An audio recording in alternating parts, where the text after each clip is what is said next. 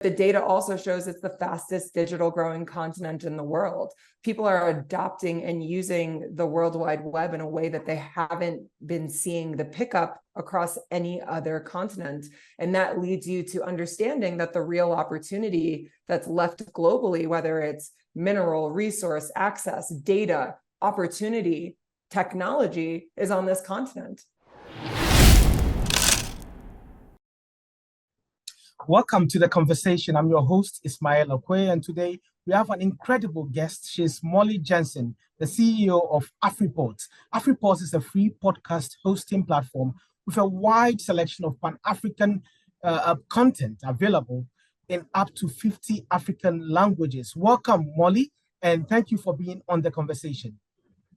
Thank you for having me, Ismail. It's so good to see you again, and I'm so excited to get a chance to chat with your listeners. It's great to have you here. You are building a podcasting culture across the continent with the Afripods initiative. Why Africa?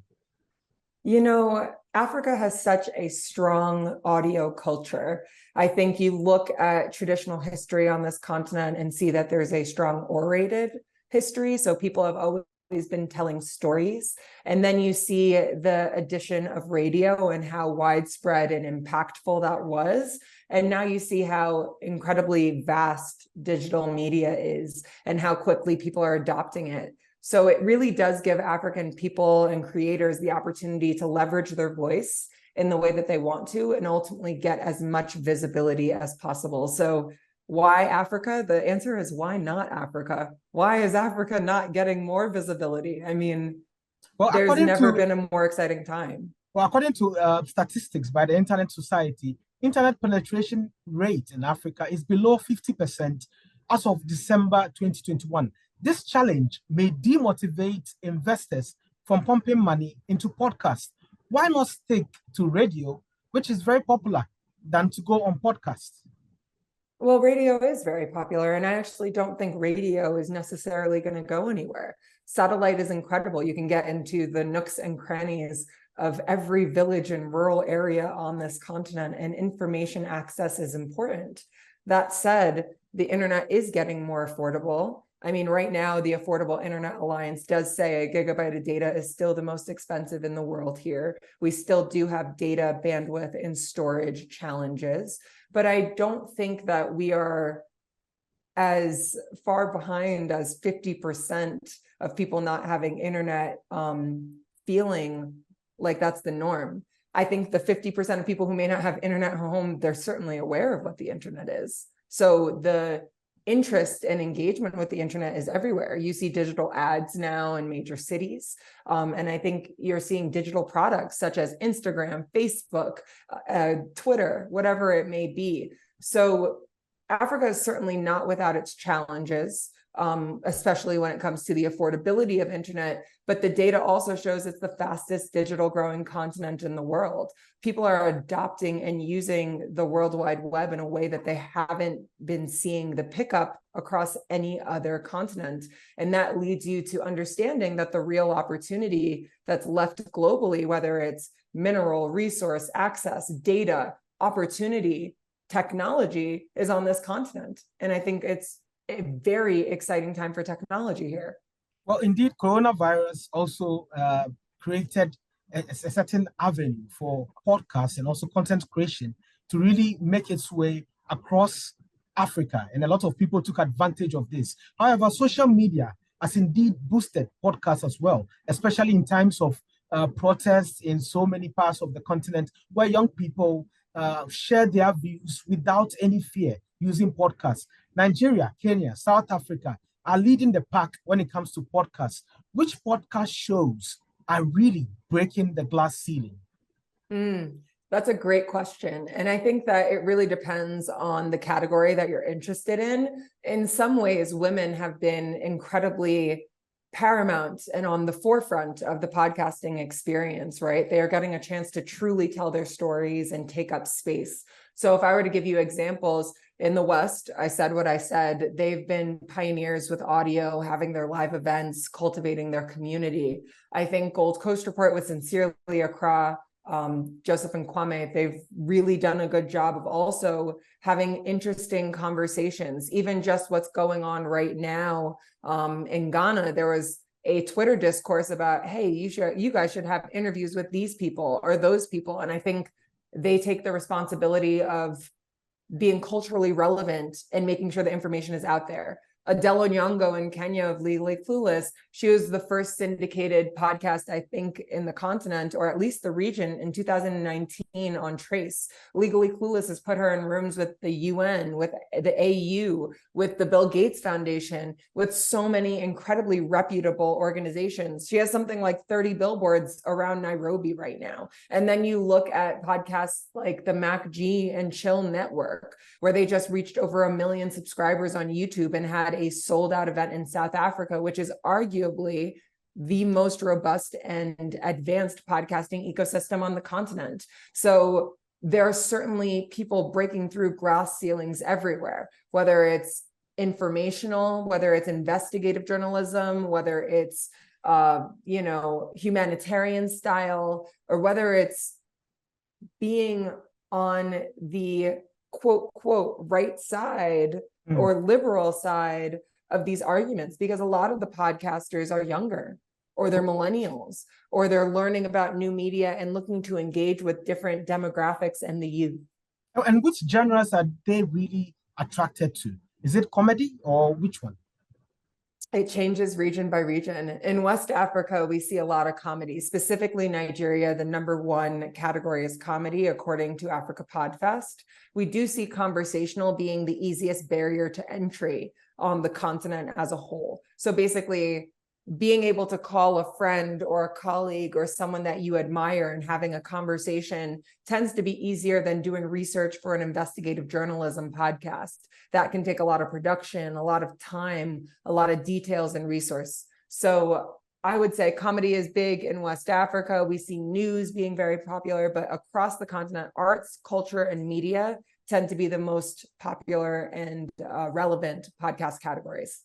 Now, looking at this popularity, we know the global podcasting market is growing with over $2 billion in ad revenue, expected to hit $3 billion in 2023.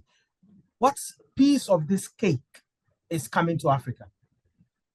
That is a $1 million question, potentially $1 billion question, considering you have those numbers in front of you. And I think that what's really important to understand is that there really isn't enough robust research right now on the continent when it comes to new media. We have research in terms of radio, a more established medium currently. And I think that we're seeing a lot of the radio executives or people who have powerful voices stepping into podcasting, but there's no finite number on that. And I have certainly asked the forces that may be externally to do more research. And the answer that I've really gotten is that it's very difficult to do Africa as a continent's research because people are looking at it as if it's a country, right? So you do US research, you do UK research, and then people expect Africa research. Whereas the impact of Malawi is very different than Kenya, and Central African Republic is very different than South Africa, and Ghana is different than Nigeria even. So what we need is 54 assessments at least, depending on the day and how many countries there are on this continent. But are some of these creators trying to hide their revenue, or is not a matter of hiding revenues? No, I don't think it's a matter of hiding revenue. I do think that people are still trying to understand the impact of the spend on the continent. I think that people are looking at Africa through a different lens because they're looking for the disposable income when it comes to the advertisers. But there are very bullish advertisers. Example, Jameson works a ton in West Africa, and Jameson across the continent works with creators in a very aggressive way. Here in East Africa, I'm based in Nairobi, we see Tusker do an incredible job with their creative advertising, and EABL, which is East Africa Beverage and Liquor, is also looking to get involved in different ways. I think that the ways that we're seeing people make money is through live events. That's been trending, as well as selling merch.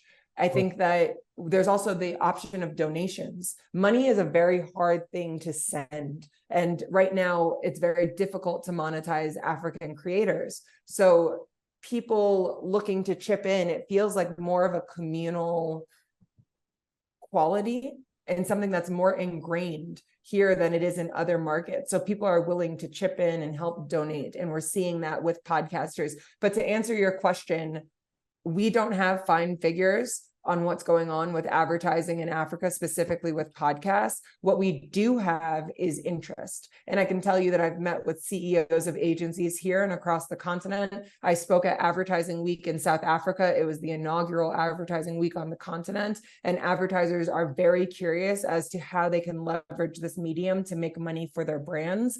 They have a 10% discretionary budget per year. That means that they don't have to have the same return on investment. They can test with that money. They can explore new ideas. And podcasting is taking up a large part of the conversation as our influencers and as our micro influencers. Well, that's good news for podcasters and creators. Well, what can they do, these creators, to make their podcasts more financially viable and also impactful?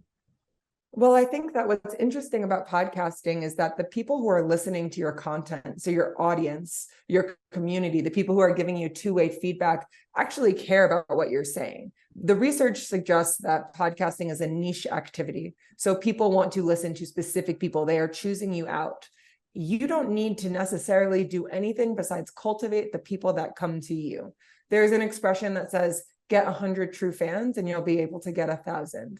If you can get people to constantly show up for you and engage with your content, it'll be sooner than you know that you can have a live event. Whether that live event is with 10 people, those 10 people will bring a friend, and next time you'll have 50 people. And once you get to the point where you get 100 people, you can get 1,000 people. And I think that it's about the consistency, the dedication, and the quality. Your first episode is not going to be as good as your 10th episode or your 100th episode, but done is better than perfect. And people are willing to walk with you and go on this journey with you. And I think that that's what we're seeing with the successful podcasters now. They just started and they didn't quit. So it doesn't matter if you are podcasting about gardening, or you're podcasting about comedy, or you're podcasting about news, or you're podcasting about bicycles. People care, and there's going to be an advertiser that's looking for your highly engaged audience. Because imagine if you have 300 people listening to you talk about bicycles, a bike shop is willing to pay for that.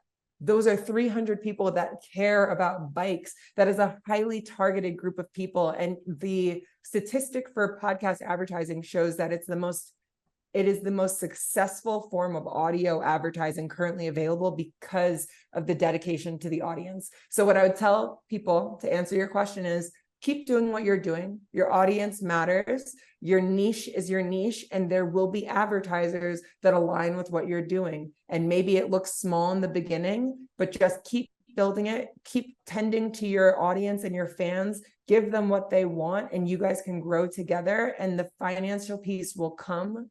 And nothing happens overnight. Give them what they want and grow together. Do you have any projections for the podcast market for Africa? Oh, certainly. I mean, I think the biggest one is that we're going to see substantial and significant growth across this continent. You're seeing new podcasters start their journey every day. You're seeing new people become podcast listeners. You're seeing Uber drivers become familiar with what a podcast is. You're seeing radio hosts starting their own podcast. You're seeing advertisers being curious about the space. You're seeing advertisers begin to spend money in the space, and you're seeing live events happening. So people are paying to go to shows.